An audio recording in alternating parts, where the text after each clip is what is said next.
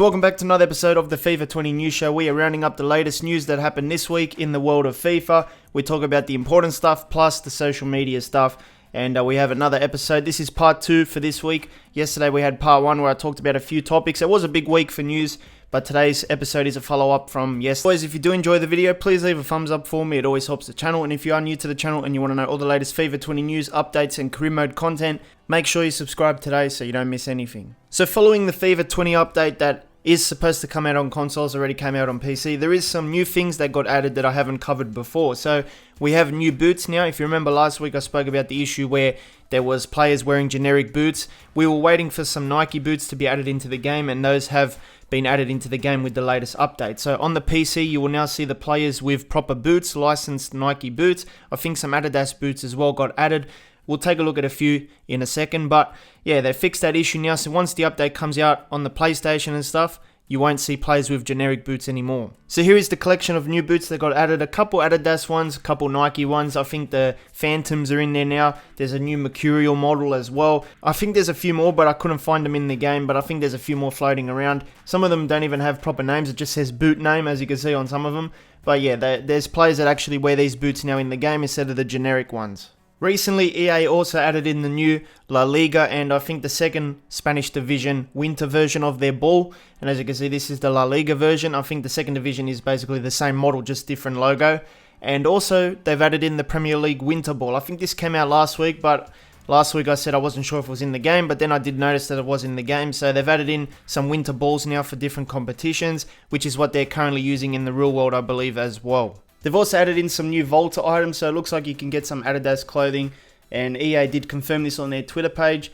I'm not sure if anyone is even interested. Does anyone even play Volta? Hit the like button if you haven't touched Volta since the opening sequence. I want to see how many people there are. So this was a funny story, more related to the world of real life football, but it does sort of reflect back to career mode as well, because I've been whinging about that 2 games in 2 days situation for so long now, for many years, but it looks like we've finally got a 2 games in 2 days situation in real life football. So maybe career mode is realistic after all. As you can see, Sky Sports reports Liverpool to play cup game 1 day before Club World Cup fixture.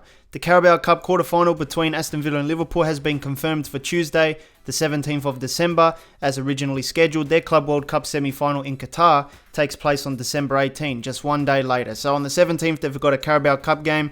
On the 18th, they've got a Club World Cup game in a different continent as well.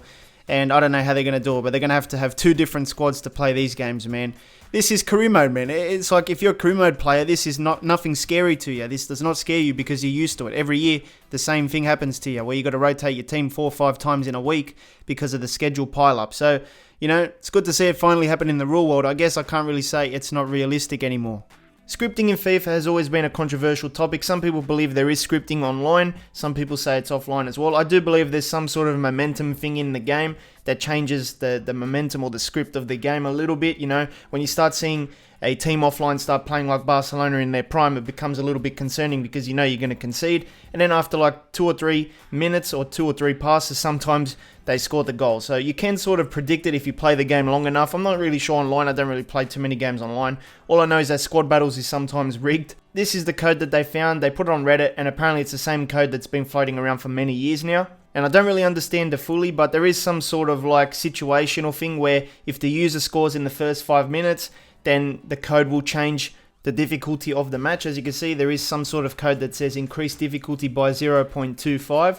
So depending on the situation, if you score in the first 20 minutes, there's a different difficulty that changes by that. So basically, as you're playing the game offline at least, the difficulty is increasing a little bit and maybe even decreasing at times when there's different situations that are present. So if you have more than 5 shots in the first 30 minutes, there's going to be a difficulty switch that happens. So basically, you know, it's adaptive difficulty, and it sort of relates to the dynamic difficulty thing that they had as a patent, and everyone blew up over that earlier this year. But we don't know for sure if this has been implemented online, but most certainly I think there is some sort of difficulty adjustment offline, because sometimes the game feels like you're ahead, and then sometimes it feels like the AI is going to come and score straight away. So you can sort of feel it. But anyway, Footwatch says this has been circulating through the FIFA community for more than 4 years, and is offline adaptive difficulty. Here's the full code as shared on Reddit in September 2015. And pretty much he links to the same code that was unveiled 4 years ago. So this is no secret. It's been around for a couple of years, and I do think this affects offline games. I guess it's good to know now that when I play offline and I feel the momentum kick in and stuff, that there is actually a code that is affecting this, because I actually didn't know about this. Apparently there is an issue with Belgian players qualifying for the FIFA Global Series, which is like the esports thing. Apparently they're not allowed to actually compete this year. And Mr. Dury put out a tweet that goes, "This is actually a joke, FIFA esports. We know Belgium has different legislation towards FIFA points, but that doesn't change our eligibility for global series. These messages have been on there for days, any way to help out." So he did attach 2 screenshots. The first thing is a reason why he got rejected. It says, "We are very sorry, but due to legislation in Belgium, you're not able to take part in the FIFA 20 Global Series. Thank you for your understanding. Status rejected."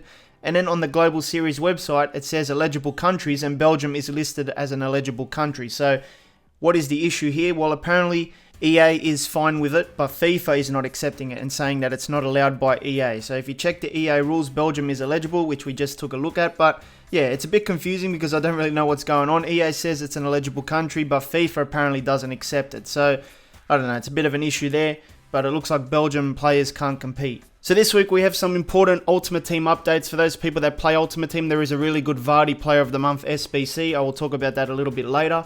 But first up, we have the Team of the Week. It's got Delight, Walker, Grimaldo, Sommer, Ziyech, Hazard, Lukaku, Werner. So some decent players in there. I think there's a few more days before that expires. They've also begun the Road to the Final promotion, so the first batch of the Road to the Final players are probably available right now in packs. And then, of course, there's going to be objectives and SBC players that you can also do for this promotion. So let's take a look at some of the players that they've got. There is a lot of Champions League players here. Kante, Mane, Dybala, Handanovic, Son, Koeman, Dembele, you know, those kinds of players. There is Europa League players as well, and a few of them include Dumfries, Jimenez, and Juan Jesus. But basically, just keep on the lookout for SBCs and stuff, and if you're lucky enough to get them in packs, it's a pretty good card because they actually upgrade with each round of the competition. So this is a diagram to show you how it works. So when the event launches, you have an 86 rated Sancho, but if the team does well, like qualify for the knockout stage, win the first knockout stage, qualify for quarterfinals,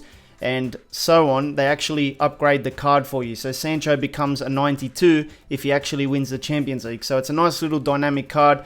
I probably won't get any of them because I don't open packs, and the SBCs would be pretty expensive. I think there is a Joe Gomez one that's going for around 300 and something thousand coins. So if you've got the coins, you know, you can do them, but obviously if you don't, then it's hard to get these guys unless you get them through the packs. So they've also introduced a second set of icon swap objectives that are going to be available in the game, I believe, today. And basically, I think we're up to Season 2 now, which introduces 12 player tokens. And overall, there is about 24 player tokens that you can get. I'm not sure if the old 12 are still available in the game. All I know is that they've added in Season 2 now. So you can use these icon swaps to unlock icon cards. It's all in the SBC section. And basically you get them by playing the game doing certain objectives. So we're also up to Season 2 with the objectives now, which means we get to unlock new stuff. So Level 1 is the new No Room for Racism kit. I'm pretty sure everyone can unlock this. We've also got the Aguero loan card. You know, you get packs as you go along, Bale loan card and stuff. I don't really like the loan cards because they disappear after. They're not really your players, so I don't really use loan cards. But obviously, the more you play, the more points you're going to get. And then by the end of it, you can get a storyline Oxlade-Chamberlain if you reach the 6th page in the objectives thing. You need about 100,000 XP or more to get to this stage. Now, the best thing that happened to Ultimate Team this week was the Vardy Player of the Month SBC. This was coming in at about 20k, and Vardy is an absolute beast with this card, man. I got him myself. I think everyone can get him. I got him for about 20k with this team. I used just Diego Costa, you know, some Spanish players, Juan Mata, plus a few goalkeepers and stuff. You need about an 83 rated team, which is very, very cheap. And of course, it crashed the market a bit. Rashford went from about 40k down to 20k or something now. So a lot of players have become more affordable because of this SBC. And I think right now it's going for about 15k to complete this SBC. So it's an absolute bargain. The card is an absolute beast, and I think everyone should do it. If there's one thing you do in Ultimate Team this year, get this Vardy Player of the Month card because it is fantastic. Finally, EA does something that is value for coins, man, because most of these things cost me so much money or coins that I can't do them. But this Vardy SBC, I jumped on it straight away, and I still overpaid because I paid about 20k for this.